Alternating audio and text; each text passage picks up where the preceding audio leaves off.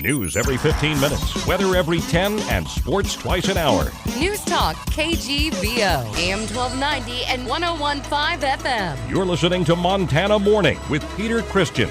An early morning fire in Lolo. Good morning. This is John King filling in for Peter Christian on this Monday morning. I'm sure he's upset not to be here on a Monday. We've got your news brought to you this morning by the Mustard Seed Asian Cafe in Southgate Mall. Missoula rural firefighters were busy this morning when a fifth wheel caught fire in Lolo. Battalion Chief Blaine Cowan has details. About 3:45 this morning, we were dispatched to a possible structure fire near the corner of Mormon Creek and Highway 93 South, just south of Lolo. There's a building that sets a little ways off of 93 and Mormon Creek, but he was able to make entry and found a fifth wheel camper fully involved right next to a metal structure building down there. Our crews were able to make a pretty quick attack on the fire and actually hold it right to the camper itself. There was just a little bit of heat damage on the outside of the metal building. No pets or people were killed in the blaze, although a man was taken to Community Medical Center. Cowan says the man was seen walking away from the fire without shoes or a shirt on. Turns out that he was the occupant of the structure and does not appear to have sustained serious injury. The fifth wheel, on the other hand, is totally destroyed. There's not going to be a real formal investigation on this one. It was very evident there's some sort of a makeshift wood stove inside the camper. For all intents and purposes, it's going to be considered wood stove was the cause of the fire. There was so much damage, though, however, even a formal investigation is not going to bring anything else to light. The fifth wheel is completely gone. Missoula rural firefighters were aided by an engine from Florence Fire Department. The Missoula County Sheriff's Office was there as well. Northwestern Energy and Missoula Emergency Services Incorporated all helped out in that blaze. An agency that helps resettle refugees plans to reopen an office in western Montana. The International Rescue Committee said Friday that it had permission from the U.S. State Department to open up an office in Missoula. It helped settle Hmong refugees in Missoula from 1979 to 1991. The IRC anticipates it could settle about 100 people fleeing violence and persecution in its first year of operation. Mayor John Engen said, quote, "As we face the largest global refugee crisis since World War II, it's imperative that we work together to help mitigate the suffering abroad. Missoulians take our humanitarian obligations seriously. We're proud to help in this endeavor and support the opening of a refugee settlement office in Missoula," end quote. Demonstrations in protest of bringing refugees from the Middle East to Montana have been held in several towns so far. Those opposed question the vetting process and fear that refugees could be a national security threat. Some of the protests were met with counter-protests. The IRC says that refugees will have undergone 2 to 3 years of intensive vetting.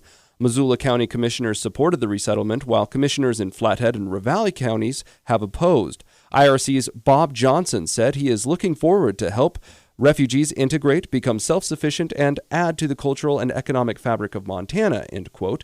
He also said that the IRC is particularly grateful to Soft Landing Missoula's support for an IRC presence in Missoula. The number of crimes being dealt with by the Missoula County Attorney's Office seems to grow every week, but County Attorney Kirsten Papp says this past week was exceptionally busy. It's been really another busy week for us, unfortunately. It's bad considering the kind of business that we do.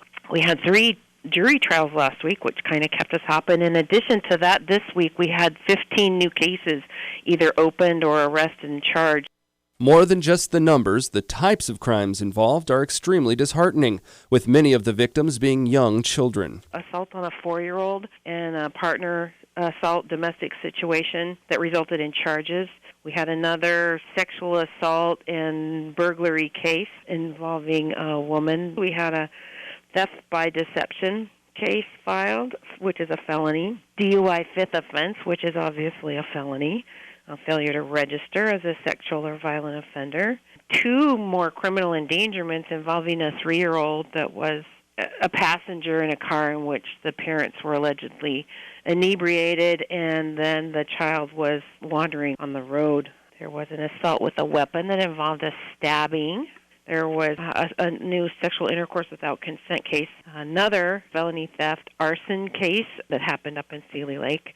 And then finally, to wrap it up, we had 4 new felony drug cases, 2 opiate cases and 2 methamphetamine cases. The arson case mentioned by Pabst is actually a case from last summer. The rest of those cases, though, happened in the last week or so. Montana Governor Steve Bullock has agreed to reimburse the state more than $2,500 for travel using a state-owned plane that coincided with campaign events. It's a story we brought up last week when we spoke with a local representative who had called out the governor on this issue. Lead Newspapers of Montana reports that the governor's legal counsel says Bullock can use state-owned aircraft to fly to a location and attend a campaign event, as long as he is also attending official state events on the same day. However, the state must be reimbursed for any increased cost associated with the aircraft as a result of that attendance. The governor is paying the state for 21 different trips at a cost of about $500 per hour to fly the plane. That averages more than $120 per trip. Last month, Ryan Zinke requested funds to acquire new helicopters at Malmstrom Air Force Base. During that time in a House Services Committee hearing, Zinke pressed Admiral Cecil Haney about the use of out-of-date Huey Hellos at Malmstrom. From talking to folks on the ground, looking at it, and I concur, these are aging helicopters, as well as they don't have the lifting capacity. And if they do get an alert situation, they just don't have the hover time and the distances in Montana, and I assume might not. Congressman, absolutely. The Air Force has a plan now by which they plan to work to replace those helicopters, but the attributes you listed are the attributes that concern me in terms of the capability, not just now, but into the future. In a letter to Secretary of the Air Force Deborah James, Senator Steve Daines led 8 senators in calling on the Air Force to expedite their decision on the course of action to replace Vietnam-era UH-N1 helicopters that provide security for nuclear weapons.